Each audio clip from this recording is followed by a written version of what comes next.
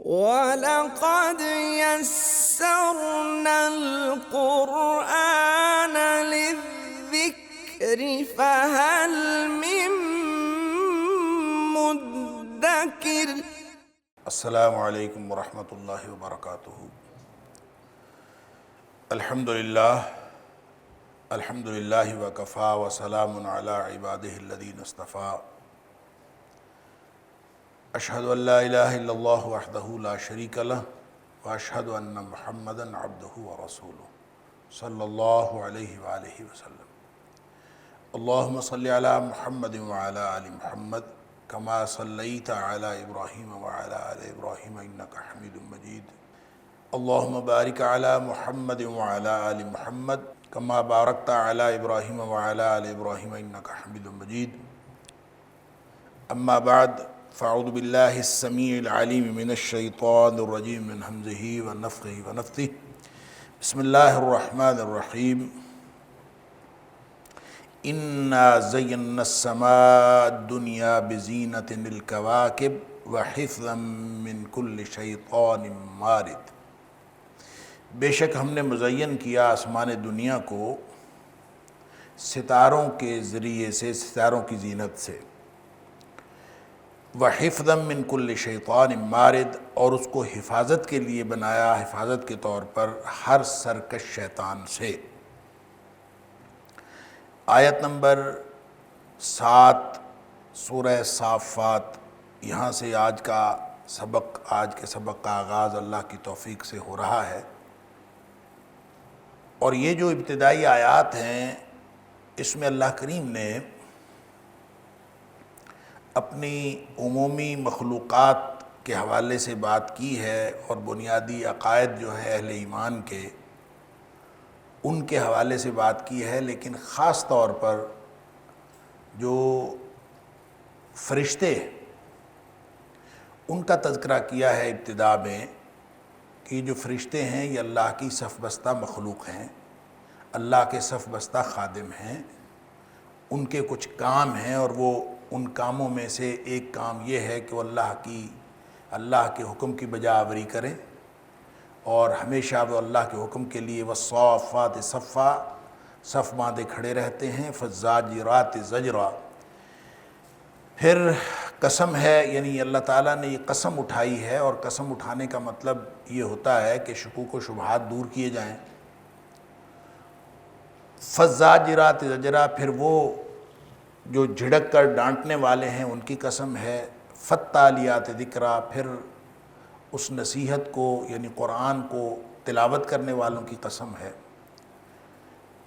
یہ 3 قسمیں اٹھانے کا مطلب یہ ہے کہ یہ فرشتے جو ہیں ان کے یہ کام ہیں، وہ اللہ تعالیٰ کا ذکر کرتے ہیں، قرآن کی تلاوت کرتے ہیں، اور مختلف امور سر انجام دیتے ہیں۔ جھڑکنے سے مراد نفخہ، جو سور کے اندر نفخ کرنا، وہ بھی اس سے مراد ہے، اور وہ فَإِنَّمَا هِيَ زَجْرَةٌ وَاحِدَةٌ فَإِذَا هُمْ بِالسَّاهِرَةِ، کہ یہ ایک ہی جھڑک ہوگی، ایک ہی ڈانٹ ہوگی، اس کے بعد وہ اٹھ کے کھڑے ہو جائیں گے۔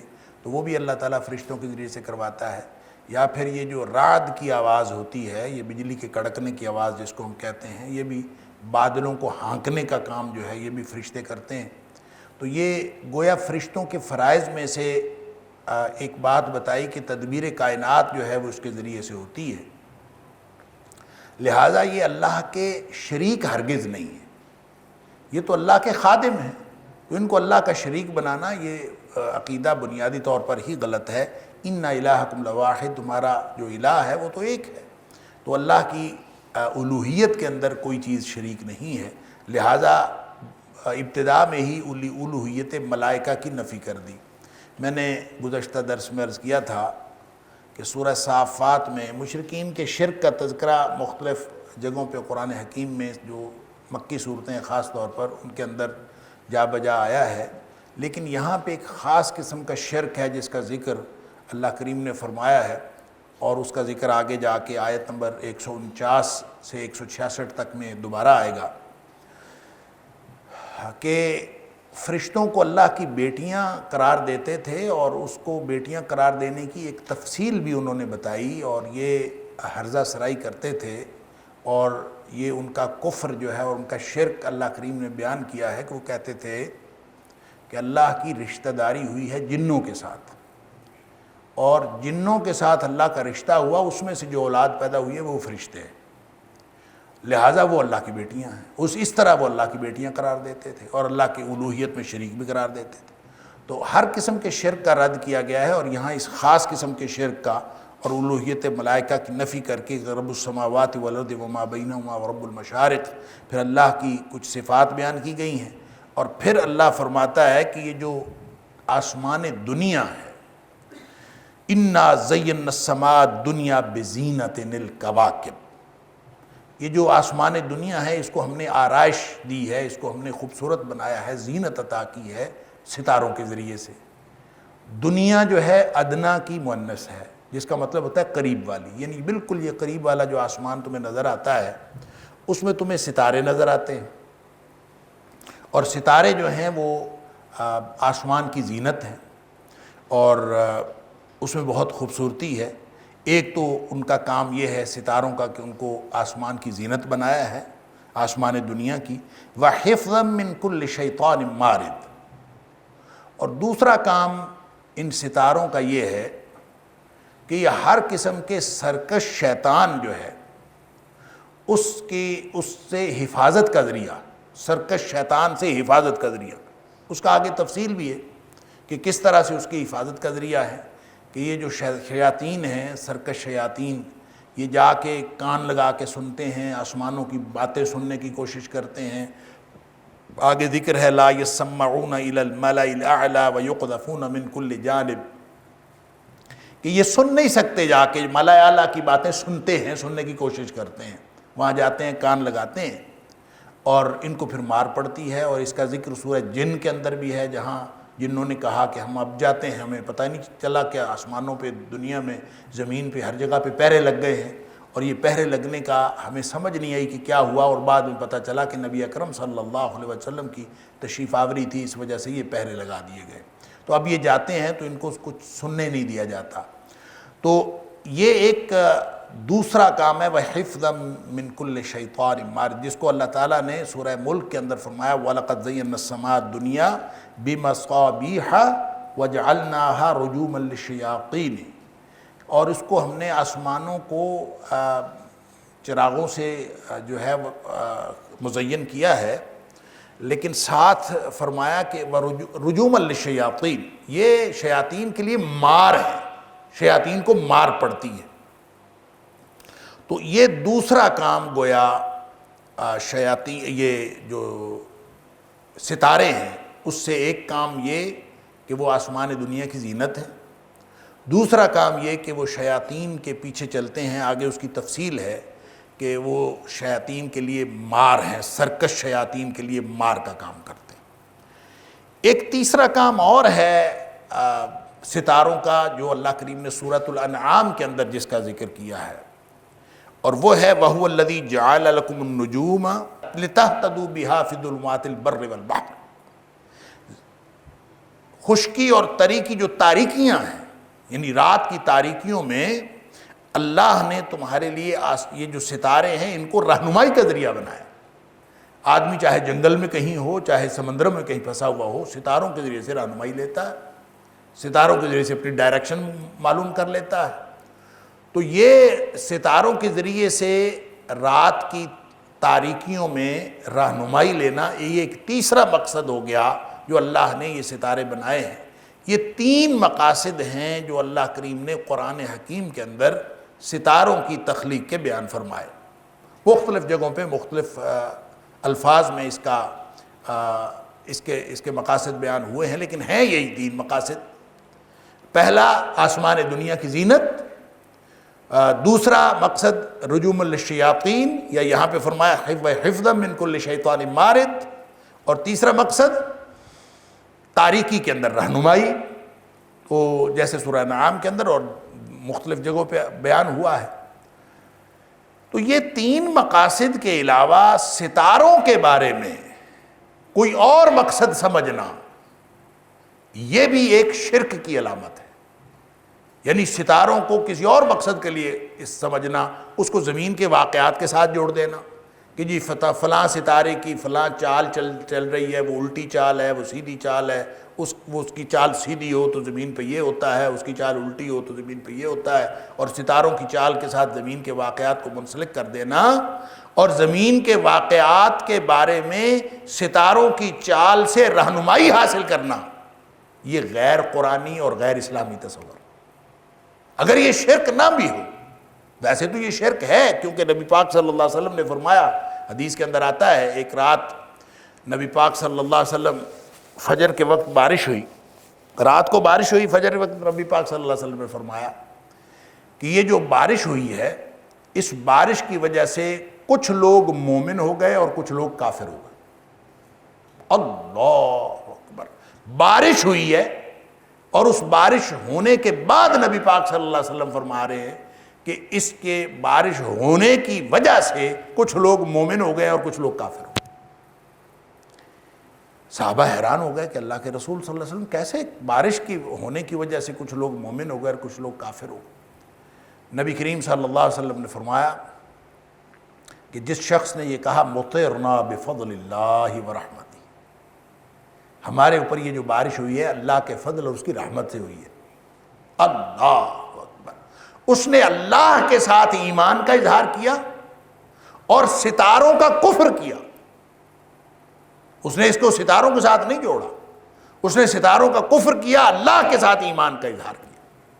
اور جس نے کہا مطرنا بنوع کذا و کذا، ہمارے اوپر یہ جو بارش ہوئی ہے، فلاں ستارہ فلاں جگہ پہنچا، فلاں کی چال الٹی ہوئی، فلاں کی چال سیدھی ہوئی، فلاں وجوہات کی بنا پر ہمارے اوپر بارش ہو گئی، جس نے اس کو ان ستاروں کی چال کے ساتھ منسلک کیا، مطرنا بنوع کذا و کذا، اس نے جو بھی اس کی تفصیلات بیان کی، اگر اس نے اس کے ساتھ اس کو جوڑا تو اس کا مطلب یہ ہے کہ اس نے ستاروں کے ساتھ ایمان کا اظہار کیا اور اللہ کے ساتھ کفر کر دیا۔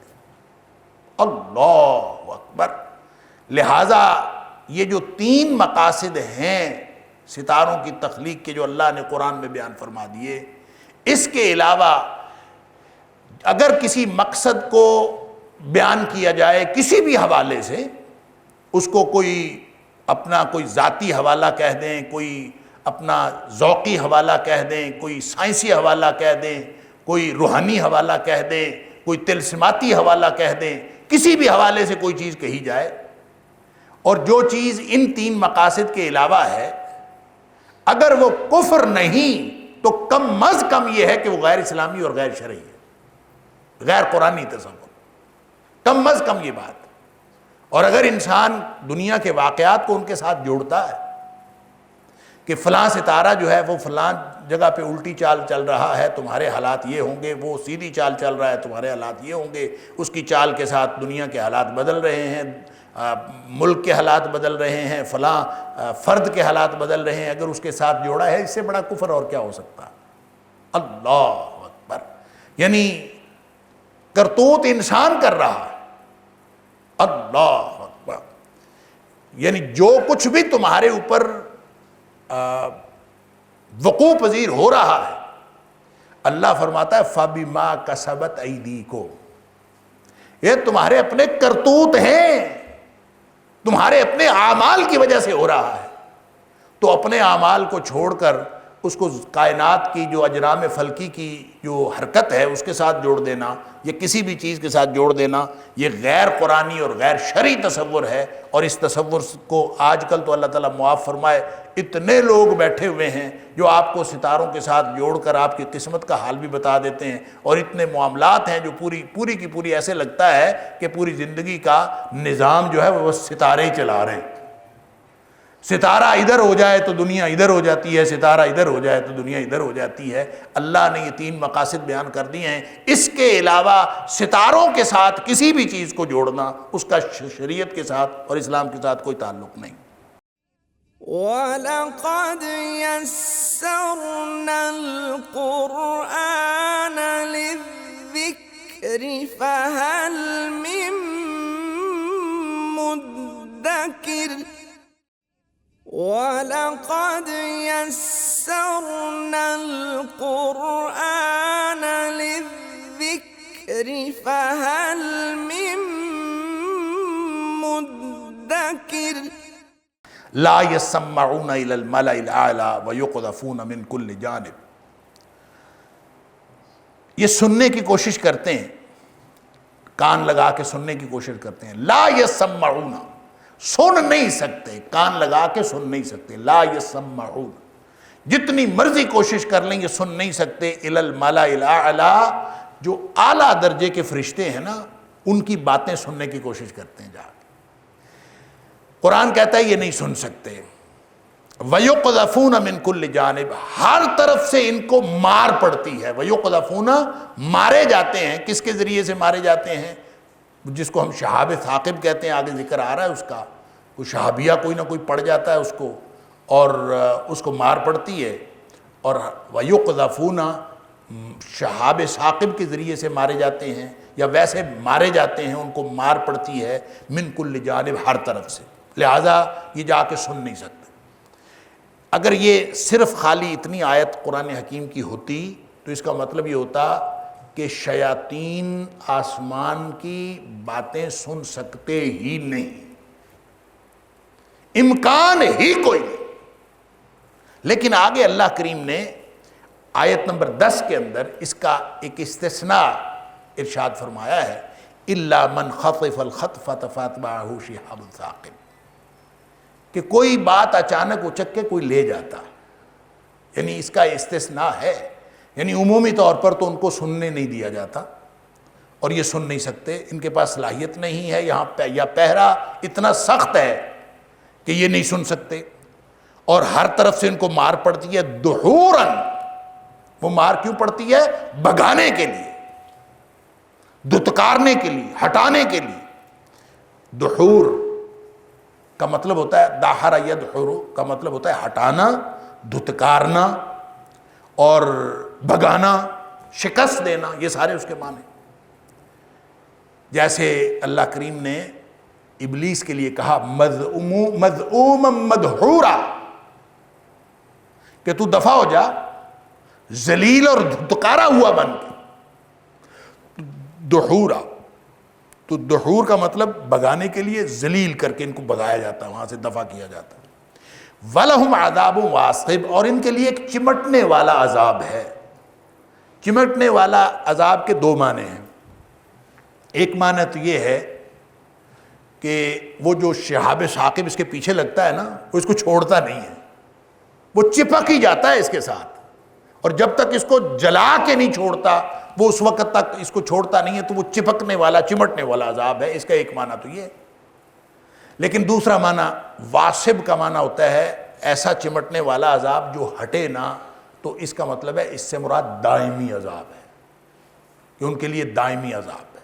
ایک تو وہ عذاب جو شہاب ثاقب کے ذریعے سے ان کو جلانے کا عذاب ہے، اور پھر آخرت میں جو ان کو عذاب ہوگا وہ دائمی عذاب ہے. لہٰذا دنیا کا عذاب بھی اور آخرت کا عذاب بھی، یہ مل کر یہ دائمی عذاب. تو وَلَهُمْ عَذَابٌ وَاصِبٌ کا معنی یہ ہے. تو دحوراً وَلَهُمْ عَذَابٌ وَاصِبٌ، ان کو بھگانے کے لیے ہر طرف سے ان کو مار پڑتی ہے، اور ان کے لیے ایک ایسا عذاب ہے جو دائمی ہے، ہمیشہ رہنے والا ہے. إِلَّا مَنْ خَطِفَ الْخَطْفَةَ فَأَتْبَعَهُ شِهَابٌ ثَاقِبٌ،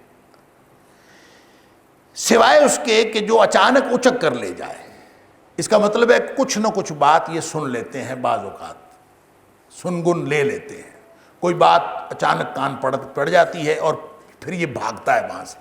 اس کے اچانک کان پڑتی ہے بات، فَأَتْبَعَهُ شِهَابٌ ثَاقِبٌ، پھر اس کے پیچھے جو ہے وہ شہاب ثاقب جو ہے وہ اس کے پیچھے لگ جاتا. اب یہ شہاب ثاقب جس کو شہابیہ بھی کہتے ہیں، یہ جو ثاقب کا معنی ہوتا ہے کسی چیز میں چھید کرنا، یہ سوراخ کرنا. تو عام طور پہ جب آپ اس روشنی کی لکیر کو دیکھتے ہیں تو ایسے لگتی ہے جیسے ہوا کو چیرتی ہوئی ایک بالکل باریک سی. اس وجہ سے اس شہاب کا مطلب تو چمکتا ہوا. تو شہاب ثاقب چمکتا ہوا ستارہ ہم عام طور پہ اس کا ترجمہ کرتے ہیں. تو وہ چمکتا ہوا بھی ہوتا ہے اور یوں ایک رستہ بناتا ہوا، سوراخ کرتا ہوا وہ ہوا کے اندر وہ یوں بنتا ہے. یہ اس کی گویا ایک صفت بھی ہے، اس کا نام بھی شہاب ثاقب، وہ اس کے پیچھے لگ جاتا ہے، اور اس کے پیچھے لگ جاتا ہے تو وہ اس کے دو میں سے کوئی ایک نتیجہ ہوتا ہے۔ ایک نتیجہ تو یہ ہوتا ہے کہ وہ اس کے ساتھ لگ کے اس کو جلا کے رکھ دیتا ہے، یعنی جو بات کوئی لے کے اچک کے بھاگا تو اس کے پیچھے شہاب ثاقب۔ اب یہ بھی اللہ کریم نے ایک نظام رکھا ہوا، اگر اللہ چاہے تو ان کو وہ تھوڑی بہت بات اچک کے لے جاتے ہیں، اس کی بھی اللہ تعالیٰ ان کو توفیق اور ہمت ہی نہ دے، لیکن یہ اللہ کا نظام ہے، اس نے اس کو تھوڑا سا کہیں گنجائش رکھی ہوئی ہے۔ الا من خطف الخطفۃ فاتبعہ شہاب ثاقب، وہ تھوڑی سی بات اچک کے لے جاتا ہے، اس کے پیچھے پھر شہابیہ لگ جاتا ہے۔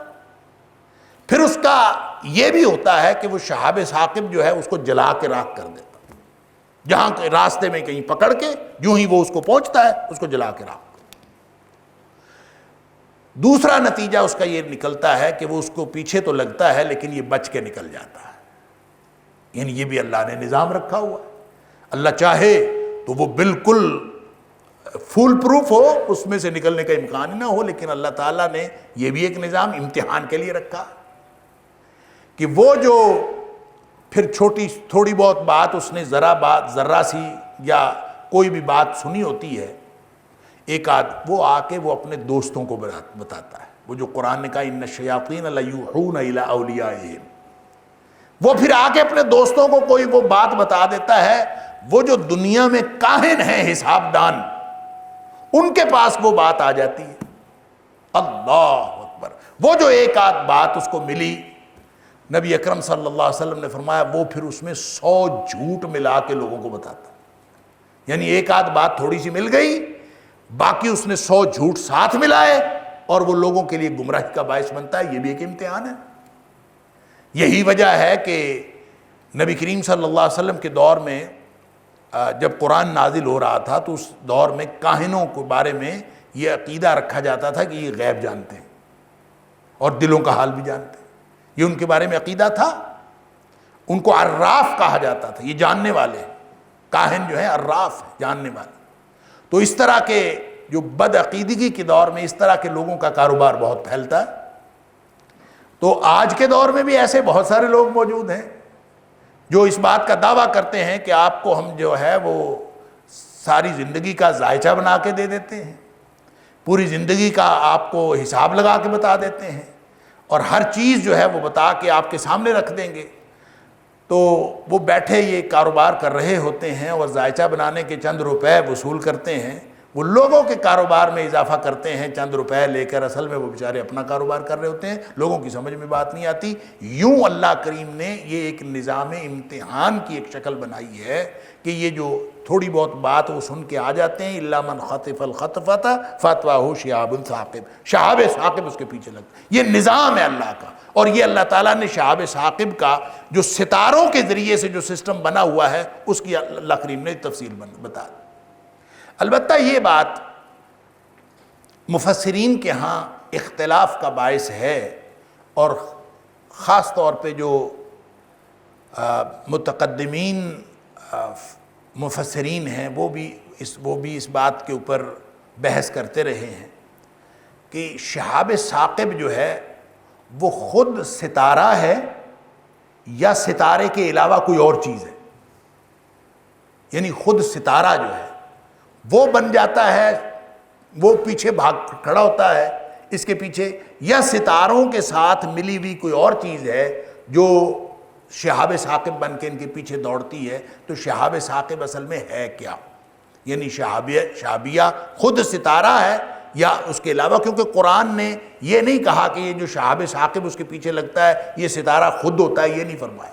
یہ فرمایا فاتبعہ شہاب ثاقب، ایک چمکتا ہوا ستارہ اس کے پیچھے، ایک چمکتا ہوا روشن جو روشنی کا ایک گولا کہہ لیں وہ اس کے پیچھے لگ پڑتا ہے۔ اب یہ وہ ستارہ ہی شہاب ثاقب ہے یا اس کے علاوہ کوئی چیز ہے، اس کے بارے میں بہرحال کوئی مفسرین نے حتمی رائے نہیں دی کہ ستارے ہی شہاب ثاقب بنتے ہیں یا اس کے علاوہ، دونوں آراء بہرحال لوگوں کی مفسرین کی موجود ہیں۔ لیکن اگر سائنسدانوں سے پوچھیں کہ یہ شہاب ثاقب کیا چیز ہے تو شہاب ثاقب کے بارے میں اگرچہ کوئی حتمی رائے سائنسدانوں کی بھی نہیں ہے، اس کی وجہ یہ ہے کہ روشنی تو اس وقت پیدا ہوتی ہے جب یہ شہاب ثاقب زمین کے مدار میں داخل ہونے کی کوشش کرتا ہے، اس وقت اس کے اندر وہ انگارہ بن جاتا ہے، اتنی گرمی پیدا ہوتی ہے، اتنی ہیٹ پیدا ہوتی ہے کہ وہ انگارہ بن جاتا ہے اور وہ اس کے اندر آگ لگ جاتی ہے جب بھی وہ زمین کے مدار میں داخل ہونے کی کوشش کرتا ہے۔ اور وہ ہے کیا چیز جو داخل ہونے کی کوشش کرتی ہے تو انگارہ بن جاتی ہے؟ اس کے بارے میں جو سائنسدان ہیں وہ بھی بعض اوقات بہت بڑے بڑے شہابیے، بڑے بڑے کئی ٹن کے جو شہاب ثاقب ہیں ان کے گرنے کی خبر دیتے ہیں۔ یہاں پہ بہت شور بھی مچتا ہے زمین میں، فلاں شہاب ثاقب جو ہے فلاں جگہ گر گیا، ندی میں گر گیا، دریا میں گر گیا، سمندر میں گر گیا، بچ گئے، وگرنہ آبادی پہ گرتا تو اس کے اوپر بڑی تباہی ہوتی اور یہ ہوتا وہ ہوتا۔ آج تک جو ہے وہ اس طرح کے واقعات کا امکان موجود ہے اور یہ امکان موجود رہتا ہے، اور سائنسدان جو ہیں اس کے بارے میں وہ متفکر بھی رہتے ہیں کہ کہیں کوئی بہت بڑا شہاب ثاقب جو ہے وہ آ کے گر نہ جائے۔ لیکن یہ ہیں کیا شہاب ثاقب؟ اگر یہ ستارے ہیں تو ستارے تو بھائی کروڑوں ہیں، اربوں ہیں، کھربوں ہیں، کتنے ہیں اللہ کو پتہ ہے، اور وہ تو بہت بڑے بڑے ہیں۔ خود ستارے بھاگتے ہیں یا اس کے علاوہ کوئی اور چیز بھاگتی ہے، اس کے بارے میں سائنس نے بہرحال اتنی ایک رہنمائی بہرحال کی ہے۔ ان کا خیال یہ ہے کہ جب اربوں کھربوں سال پہلے کائنات بنی تھی اور ان کے خیال میں بگ بینگ ہوا تھا اور بگ بینگ سے کائنات بنی ہے، واللہ عالم کس سے بنی، کس طرح ایک دھماکہ ہوا اس سے کائنات بن گئی اور یہ کس طرح اللہ نے بنائی۔ یہ کائنات جب بنی تھی تو ان کا خیال یہ ہے کہ ستارے بن گئے، اجرام فلکی بن گئے، سب کچھ بن گئے۔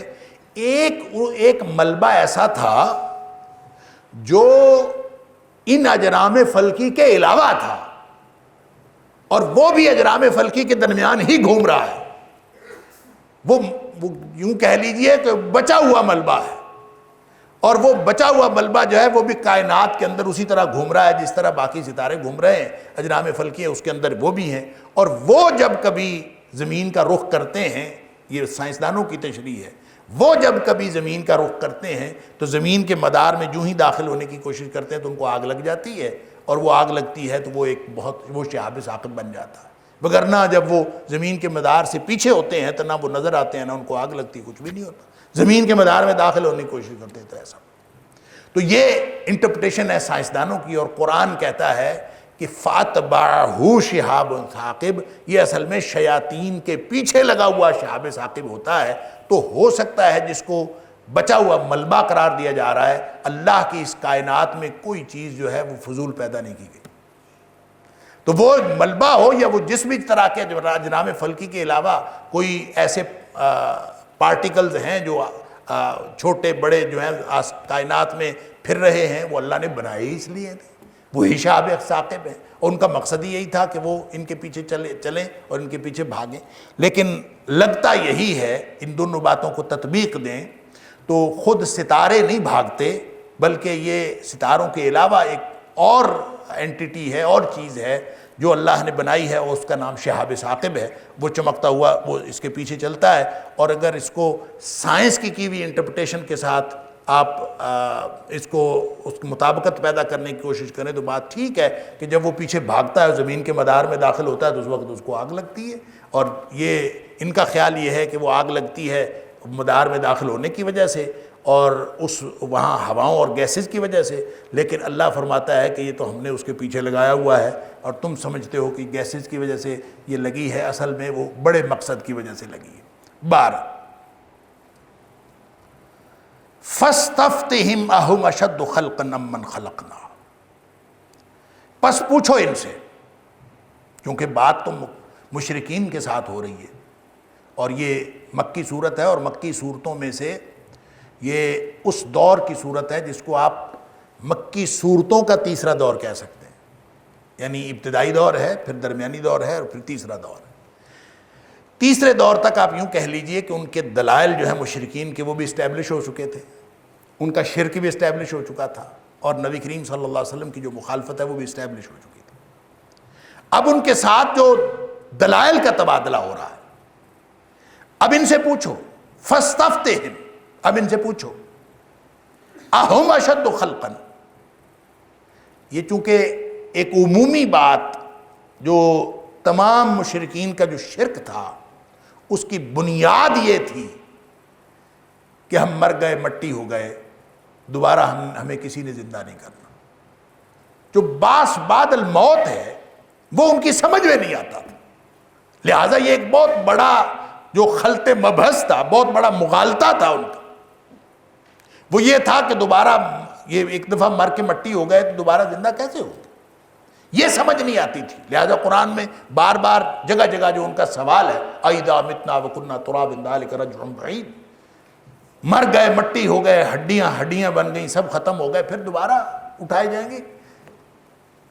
کیف یحیی العظام وہی رمیم، کیسے وہ جب ہڈیاں گل سڑ جائیں گی دوبارہ کیسے زندہ، یہ سوال تھا ان کا۔ اب قرآن کہتا ہے ان سے سوال کرو،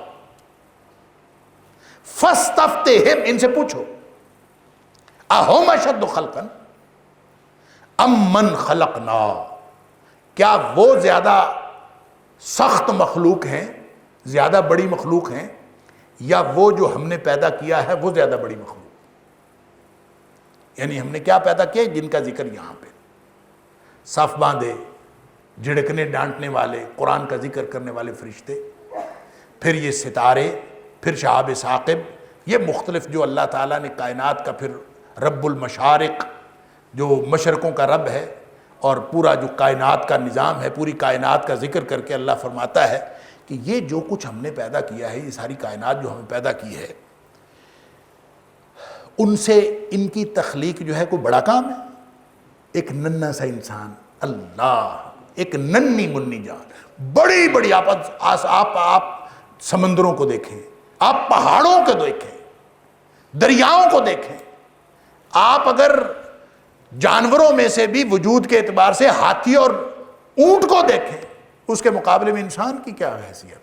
اللہ۔ وَلَقَدْ يَسَّرْنَا الْقُرْآنَ لِلذِّكْرِ فَهَلْ مِن مُدَّكِرٍ وَلَقَدْ يَسَّرْنَا الْقُرْآنَ لِلذِّكْرِ فَهَلْ مِن مُدَّكِرٍ افلا ينظرون الى الابل كيف خلقت والى السماء كيف رفعت والى الجبال كيف نصبت والى الارض كيف سطحت، یعنی یہ دیکھتے نہیں آسمان کیسے پیدا کیا گیا، زمین کیسے بچھائی گئی، یہ اونٹ کیسے پیدا کیا گیا، پہاڑوں کو کیسے کاٹا گیا، یہ ساری اتنی مخلوقات کو بنانے والا اس کے لیے یہ انسان جو اتنی سی مخلوق ہے ان سب کے مقابلے میں، اس کو پیدا کرنا اس کے لیے مشکل ہوگا۔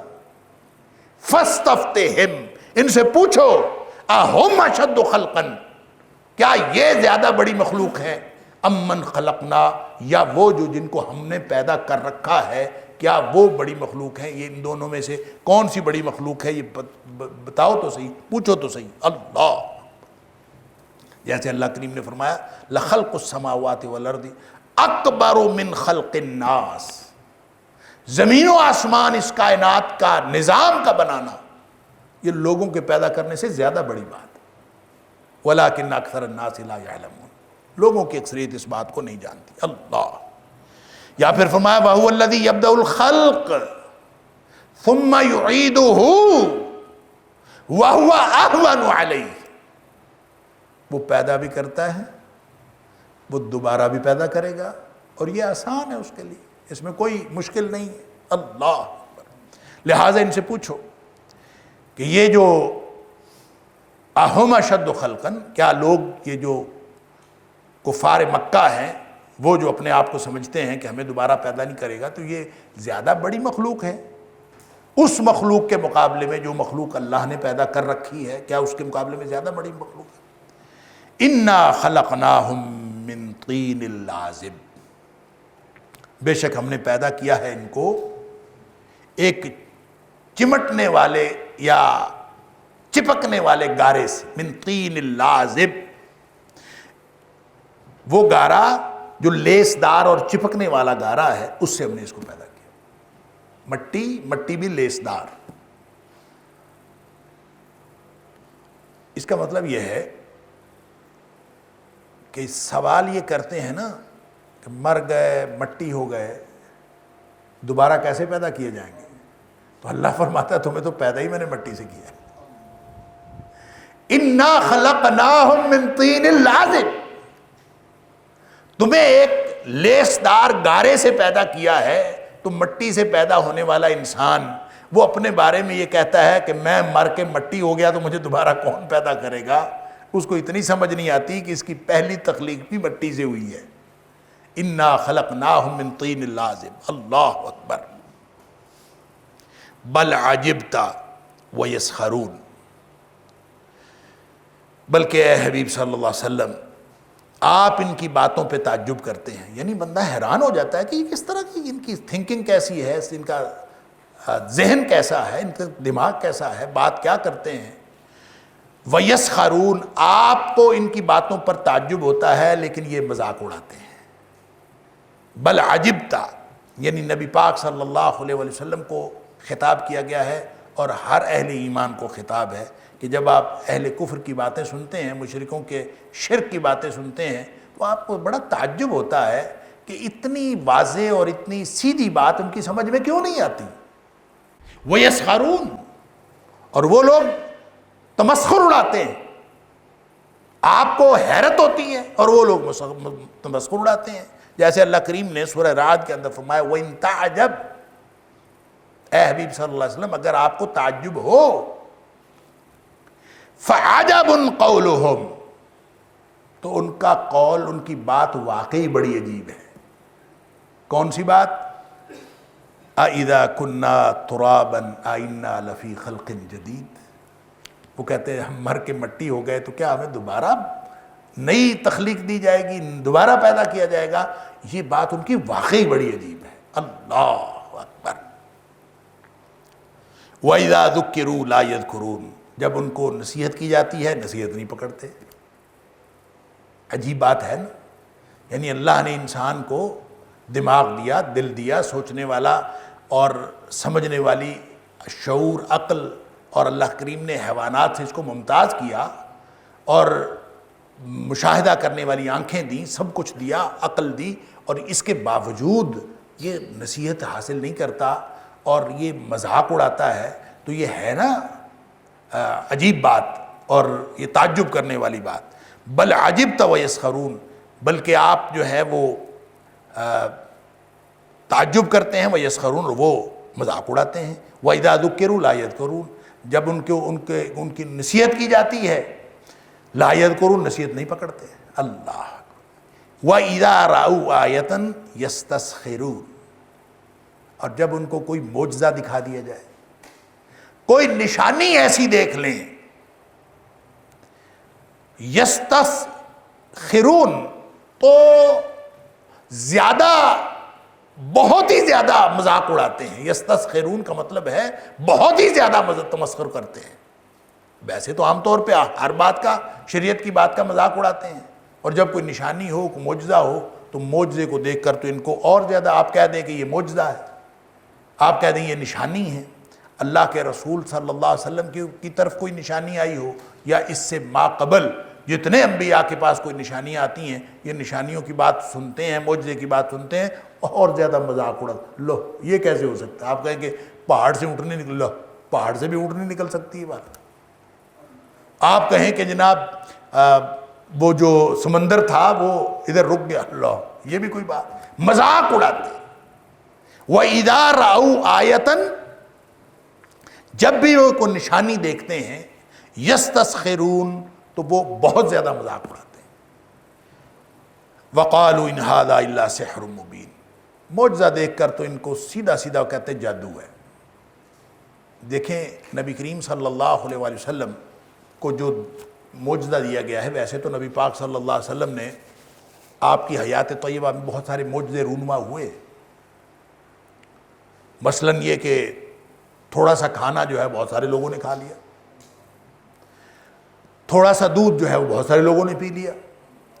نبی کریم صلی اللہ علیہ وسلم نے اشارہ کیا اور چاند 2 ٹکڑے ہو گیا. معجزے رونما ہوئے ہیں، لیکن اصل معجزہ جو نبی کریم صلی اللہ علیہ وسلم کو دیا گیا ہے وہ یہ قرآن ہے. اور قرآن جو ہے علمی معجزہ نبی پاک صلی اللہ علیہ وسلم کو عطا ہوا ہے، اور حسی معجزہ جب آتا ہے وہ وقوع پذیر ہونے کے بعد ختم ہو جاتا ہے، اور علمی معجزہ قیامت تک باقی رہتا ہے. اور اس معجزے کی اصل بات ہے، جب بھی کوئی آیت آتی ہے، کوئی نئی آیت آتی ہے، وہ کس طرح سے معجزہ ہوتی ہے کہ وہ انسانوں کے ان مسائل کا ذکر کرتی ہے، ان مسائل کا ذکر کرتی ہے جو انسانوں کے مسائل ہوتے ہیں اور انسانوں کو خود نہیں پتہ ہوتا کہ ہمارے یہ مسائل. اور جب یہ ذکر کرتی ہے تو لوگ حیران ہو جاتے ہیں، اس کو کیسے پتہ ہے؟ تو لوگ جادو کہہ دیتے ہیں. نبی پاک صلی اللہ علیہ وسلم کو جیسے ایک غواص جو ہے، امریکی غواص، یہ ڈائیور، سمندروں میں غوطہ خور جو ہے، غوطہ خور صرف اس لیے مسلمان ہو گیا کہ اس نے کہا کہ جو قرآن میں سمندر کے نیچے کا ماحول بیان کیا گیا ہے نا، کہ وہاں ہاتھ کو ہاتھ دکھائی نہیں دیتا، پانی کا اندھیرا، موج کا اندھیرا، اوپر سے بادلوں کا اندھیرا، اور وہ اس طرح کا ہو جاتا ہے. وہ کہتا ہے کہ یہ ماحول ایک غوطہ خور ہی جانتا ہے، اس کے علاوہ کوئی جانتا ہی نہیں. اور نبی پاک صلی اللہ علیہ وسلم کی حیات طیبہ کا مطالعہ کیا تو آپ کبھی غوطہ خور نہیں رہے، آپ نے کبھی غوطہ خوری نہیں کی. تو وہ باتیں جو پانی کے نیچے کی ہیں وہ ان کو کیسے پتہ چل گئی؟ تو جس کو اللہ تعالیٰ نے ہدایت دینی ہوتی ہے وہ ہدایت حاصل کر لیتا ہے، وہ نصیحت سے نصیحت حاصل کر لیتا ہے، نصیحت تو اس کو کی جاتی ہے. لیکن جو نصیحت حاصل نہیں کرتا وہ الٹا مذاق اڑاتا ہے. اور جب بھی وہ کوئی اس طرح کی آیت دیکھتا ہے، کوئی نشانی، کوئی معجزہ دیکھتا ہے، یستسخرون، اس کا اور زیادہ مذاق اڑاتے ہیں، اور ساتھ کہتے ہیں وَقَالُوا إِنْ هَذَا إِلَّا سِحْرٌ مُبِينٌ، یہ تو کھلا جادو ہے، اس کے علاوہ اور کوئی بات نہیں. نبی اکرم صلی اللہ علیہ وآلہ وسلم کے بیان کو، آپ کے قرآن پڑھنے کو، آپ کے قرآن سنانے کو جب وہ اپنے اندر تاثیر محسوس کرتے تھے تو اس بات کو بھی وہ سمجھتے تھے کہ یہ جادو ہے جس کی وجہ سے ہمارے اندر تاثیر پیدا ہو رہی. لہذا کبھی شاعر کہنا، کبھی جادوگر کہنا، کبھی کچھ کہنا، کبھی کچھ کہنا، یہ ان کا ایک طریقہ کار تھا. اور قرآن کہتا ہے کہ یہ ساری باتیں کتنی عجیب ہیں کہ حالانکہ ان کو نصیحت حاصل کرنی چاہیے، وہ مذاق اڑاتے ہیں اور اس طرح کی باتیں کرتے ہیں. اور پھر کہتے ہیں اَإِذَا مِتْنَا وَكُنَّا تُرَابًا وَعِظَامًا، کیا جب ہم مر گئے، وَكُنَّا تُرَابًا وَعِظَامًا، اور مٹی اور ہڈیاں ہو گئے، أَإِنَّا لَمَبْعُوثُونَ، کیا ہم پھر دوبارہ اٹھائے جائیں گے؟ یہی ان کو سمجھ نہیں آتی. یہ سوال پھر کرتے ہیں. قرآن کی نصیحت حاصل کرنے کے بعد، قرآن سننے کے بعد، معجزے دیکھنے کے بعد، قرآن سننے کے بعد، سب کچھ کرنے کے بعد، نبی پاک صلی اللہ علیہ وسلم کی نصیحت سننے کے بعد، سوال ان کا وہیں کا وہیں، کیا اَإِذَا كُنَّا تُرَابًا وَعِظَامًا أَإِنَّا لَمَبْعُوثُونَ، کیا جب ہم مٹی اور ہڈیاں ہو گئے تو کیا ہم دوبارہ اٹھائے جائیں گے؟ أَوَآبَاؤُنَا الْأَوَّلُونَ، ہم بھی دوبارہ اٹھائے جائیں گے، اور وہ جو ہمارے آباء و اجداد آج سے پہلے، صدیوں پہلے اور سالوں پہلے فوت ہو گئے، ختم ہو گئے، مر کے وہ بھی دوبارہ اٹھائے جائیں گے؟ کتنی عجیب بات ہے. أَوَآبَاؤُنَا الْأَوَّلُونَ، کیا ہمارے جو پہلے گزر جانے والے آباء ہیں کیا وہ بھی دوبارہ اٹھائے جائیں گے؟ یہ ان کو سوال پیدا ہوتا ہے. اللہ اکبر. قل، اے حبیب صلی اللہ علیہ وسلم آپ فرما دیجئے نعم، ہاں، تم بھی اٹھائے جاؤ گے، اور تم سے پہلے جو آباء و اجداد سارے مر کے مٹی ہو گئے، ختم ہو گئے اور ماضی کا حصہ بن گئے، وہ سب بھی، تم سب اٹھائے جاؤ گے. قل، اے آپ فرما دیجئے نعم، ہاں، تم سب اٹھائے جاؤ گے. وَأَنْتُمْ دَاخِرُونَ، اللہ اکبر. صرف اٹھائے نہیں جاؤ گے، ذلیل و خوار کیے جاؤ گے. اللہ اکبر. وَكُلٌّ أَتَوْهُ دَاخِرِينَ. سب کے سب جن کو لایا جائے گا ذلیل و رسوا کر کے، دھکے دے کے ان کو لایا جائے گا۔ ظاہر ہے وہ تو کہتے ہیں ہم نے اٹھنا نہیں، تو ان کو اٹھایا جائے گا۔ جو آدمی جو کام کرنا نہ چاہے اسے پھر بھی کروا لیا جائے تو ذلت و خواری ہوتی ہے نا، کام بھی کرنا ساتھ ذلت و خواری الگ۔ تو اٹھنا تو ہے ہی، مر کے جی اٹھنا تو ہے ہی، لیکن ساتھ ذلت و خواری الگ ہوگی جب یہ اٹھیں گے اور حیران ہو جائیں گے کہ ہمیں دوبارہ اٹھا دیا گیا ہے۔ قل، آپ فرما دیجئے، نعم، ہاں تمہیں دوبارہ اٹھایا جائے گا، تمہیں بھی اور تمہارے آباء و اجداد کو بھی، وَأَنْتُمْ دَاخِرُونَ، اور تم سب ذلیل و خوار ہوگے، فَإِنَّمَا هِيَ زَجْرَةٌ وَاحِدَةٌ، اللہ اکبر۔ بس یہ ایک چنگھاڑ ہوگی، ایک ڈانٹ ہوگی، فَإِذَا هُمْ يَنْظُرُونَ، پس اچانک وہ سب دیکھ رہے ہوں گے۔ یعنی اللہ تعالیٰ کے لیے پیدا کرنا کوئی ایسا نہیں ہے کہ بہت سسٹم بنے گا، کوئی نظام بنے گا، یہ ہوگا، کوئی فیکٹری لگے گی انسان بنانے کے لیے، کوئی اس کے مشینری لگے گی، فلاں ہوگا، یہ ہوگا، نہیں۔ فَإِنَّمَا هِيَ زَجْرَةٌ وَاحِدَةٌ، ایک جھڑک ہوگی، ایک زور کی آواز ہوگی، ایک نفخہ ہوگا، بس۔ فَإِذَا هُمْ يَنْظُرُونَ، وہ اچانک اٹھ کے کھڑے ہو جائیں گے اور دیکھ رہے ہوں گے جو وہاں کا ماحول ہوگا، جو وہاں کی ان کے آنے والی حالات ہوں گے، جو عذاب کی کیفیات ہوں گی، وہ ساری ان کو نظر آنی شروع ہو جائیں گی۔ اللہ، إن هذا القرآن يهدي للتي هي أقوم ويبشر المؤمنين الذين يعملون الصالحات أن لهم أجرا كبيرا۔